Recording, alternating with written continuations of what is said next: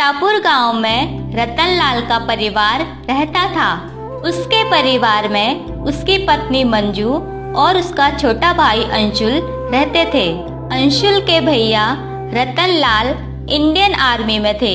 वो कुछ दिनों के लिए छुट्टियां लेकर अपने घर आए थे। अंशुल हमेशा की तरह अपने भैया की आर्मी वाली वर्दी पहनकर और नकली बंदूक लेकर पूरे घर में घूमता रहता। अंशुल, यह तू क्या कर रहा है? क्या तुझे भी मेरी तरह आर्मी ज्वाइन करना है? हाँ भैया, मैं भी बड़ा होकर आर्मी में जाना चाहता हूँ और देश की सेवा करना चाहता हूँ।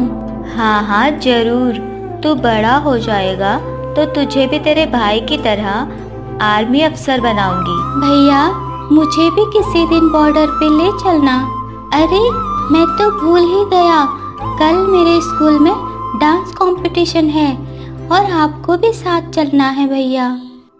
और थोड़ी देर में रतनलाल के फोन पर आर्मी कैंप से फोन आता है। जी सर, मैं अभी निकलता हूँ।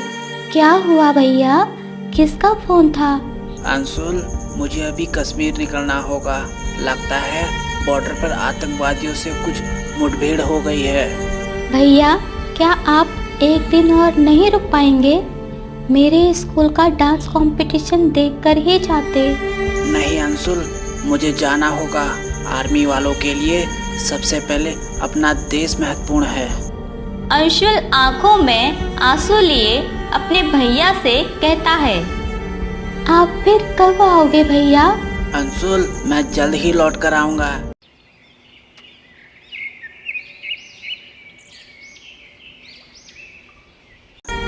रतनलाल कश्मीर बॉर्डर के कैंप पर पहुंच जाता है। रतनलाल का साथी अर्जुन सिंह कहता है। अरे रतनलाल, आ गए तुम?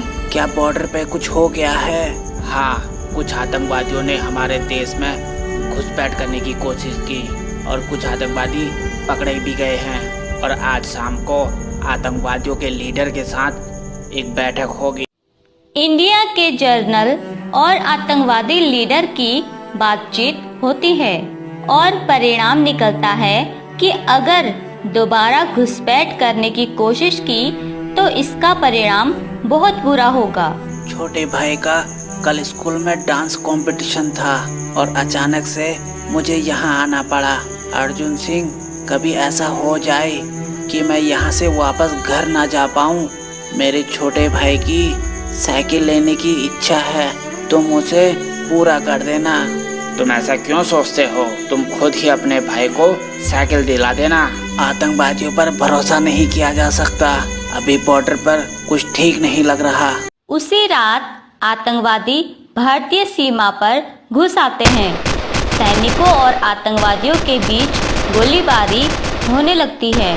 रतनलाल सहित आर्मी के कुछ सैनिक शहीद हो जाते हैं और अर्जुन सिंह भी शहीद हो जाता है।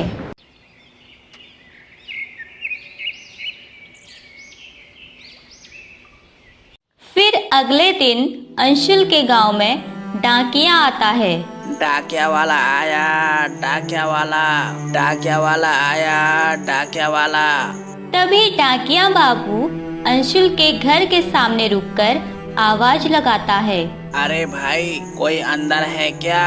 आर्मी बॉर्डर से चिट्ठी आई है। तभी अंशुल घर से निकलकर बाहर आता है। क्या हुआ चाचा, मेरे भैया की चिट्ठी आई है क्या? हाँ बेटा, ये लो तुम्हारी चिट्ठी। अंशुल चिट्ठी लेकर अंदर चला जाता है और भाभी से कहता है।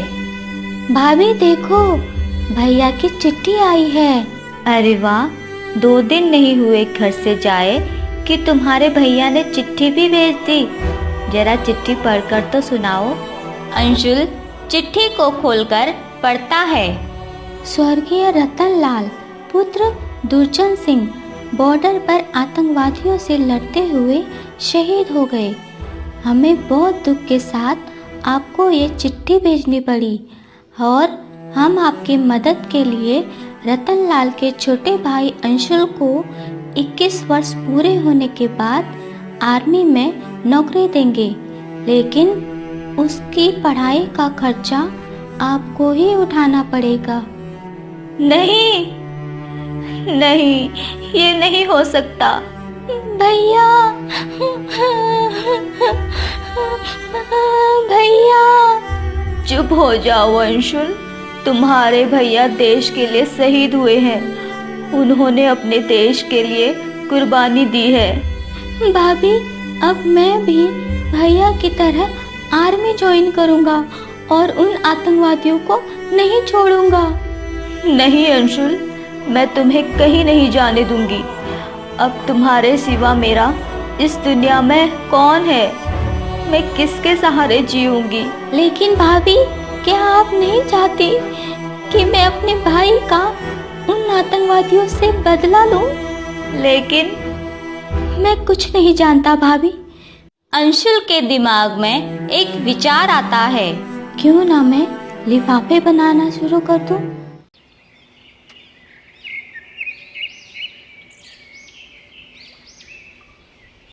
अगले दिन सुबह अंशुल लिफाफे बनाने की दुकान पर जाता है। चाचा, क्या मुझे लिफाफे बनाने का काम मिल सकता है? अरे बेटा, तुम तो आर्मी अफसर रतन लाल के छोटे भाई हो ना?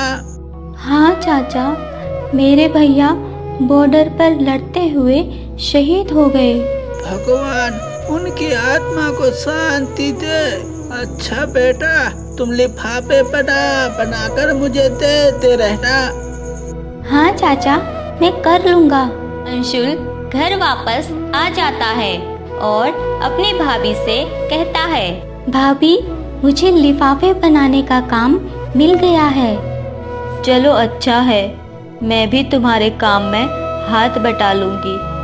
अगले दिन अंशुल दुकानदार से लिफाफे बनाने का सामान ले आता है और घर पर दोनों लिफाफे बनाने लगते हैं। लिफाफे बनाने के बाद अंशुल दुकानदार को लिफाफे दे आता है। अब मुझे आप कुछ रुपये दे दीजिए। ठीक है बेटा, ये लो तुम्हारे पैसे। ऐसे ही एक सप्ताह बीत गया। अब अंशुल की भाभी मंजू ने अंशुल का एडमिशन शहर के एक अच्छे कॉलेज में करा दिया। 10 साल बाद अंशुल के कॉलेज में राजेश नाम के लड़के से दोस्ती हो जाती है। एक दिन कॉलेज के ग्राउंड में अंशुल बैठा था, तभी अंशुल का दोस्त राजेश वहां आ जाता है और कहता है, क्या भाई मिठाई नहीं खिलाओगे? किस बात की मिठाई? अरे तुम पूरे कॉलेज में फर्स्ट आए हो, इसी खुशी में। ठीक है, आज शाम को तुम्हें मेरी तरफ से पार्टी है। अंशुल, एक बात पूछूं? हाँ पूछो। अंशुल, हम लोग पास तो हो गए हैं, लेकिन तुम बताओ तुम कौन सी नौकरी करना चाहते हो?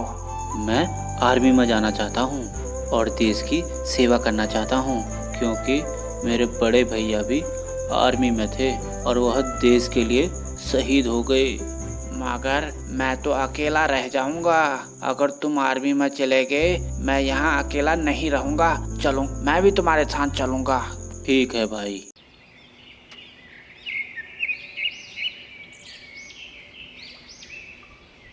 अंशुल और राजेश की आर्मी ट्रेनिंग पूरी होने के बाद दोनों अपने अपने घर आ जाते हैं।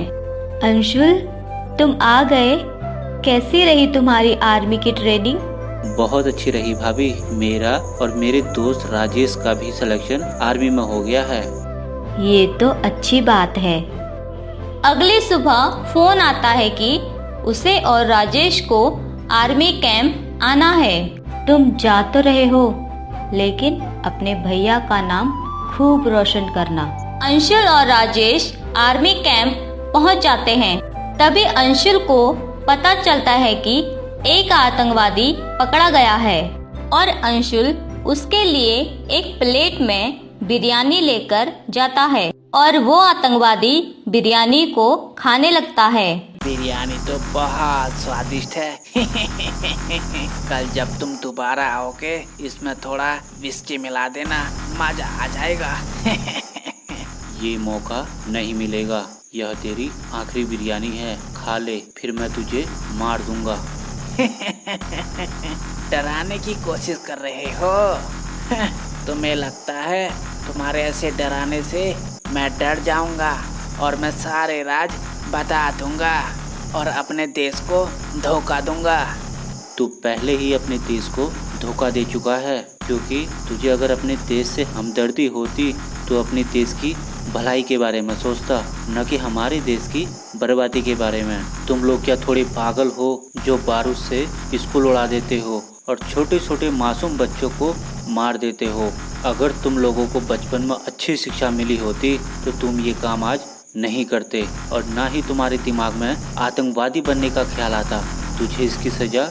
अंशुल उस आतंकवादी को गोली मार देता है और उसकी मौत हो जाती है। अगले दिन जब आतंकवादियों को पता चलता है कि उनके एक साथी को इंडियन आर्मी ने मार दिया है, तभी उसी रात आतंकवादी कश्मीर बॉर्डर पर हमला कर देते हैं। आज मौका मिलेगा उन आतंकवादियों से बदला लेने का। आतंकवादियों और इंडियन आर्मी दोनों के बीच रात भर गोलीबारी हुई, जिसमें आतंकवादियों का खात्मा हो गया और आतंकवादी जैसे नक्शे से ही गायब हो गए। अंशुल और राजेश को मेडल से सम्मानित किया जाता है और मंजू इस बात से बहुत खुश होती है। मंजू अंशुल के लिए एक अच्छी सी लड़की देखकर उसकी शादी करा देती है और सभी खुशी से रहने लगते हैं। तो दोस्तों, ये थी हमारी आज की मनोरंजक कहानी। अगर आपको हमारी कहानी पसंद आई हो तो हमारे चैनल को जरूर सब्सक्राइब कीजिएगा और हाँ, बेल आइकन दबाना मत भूलिएगा। ऐसे ही मजेदार कहानी किस्सों के साथ मिलते रहेंगे हम आपसे। हमारी आज की कहानी का कौन सा हिस्सा आपको ज्यादा मजेदार लगा, कमेंट में जरूर बताइएगा। चलिए फिर मिलते हैं अपनी किसी नई कहानी के साथ। तब तक के लिए बाय बाय।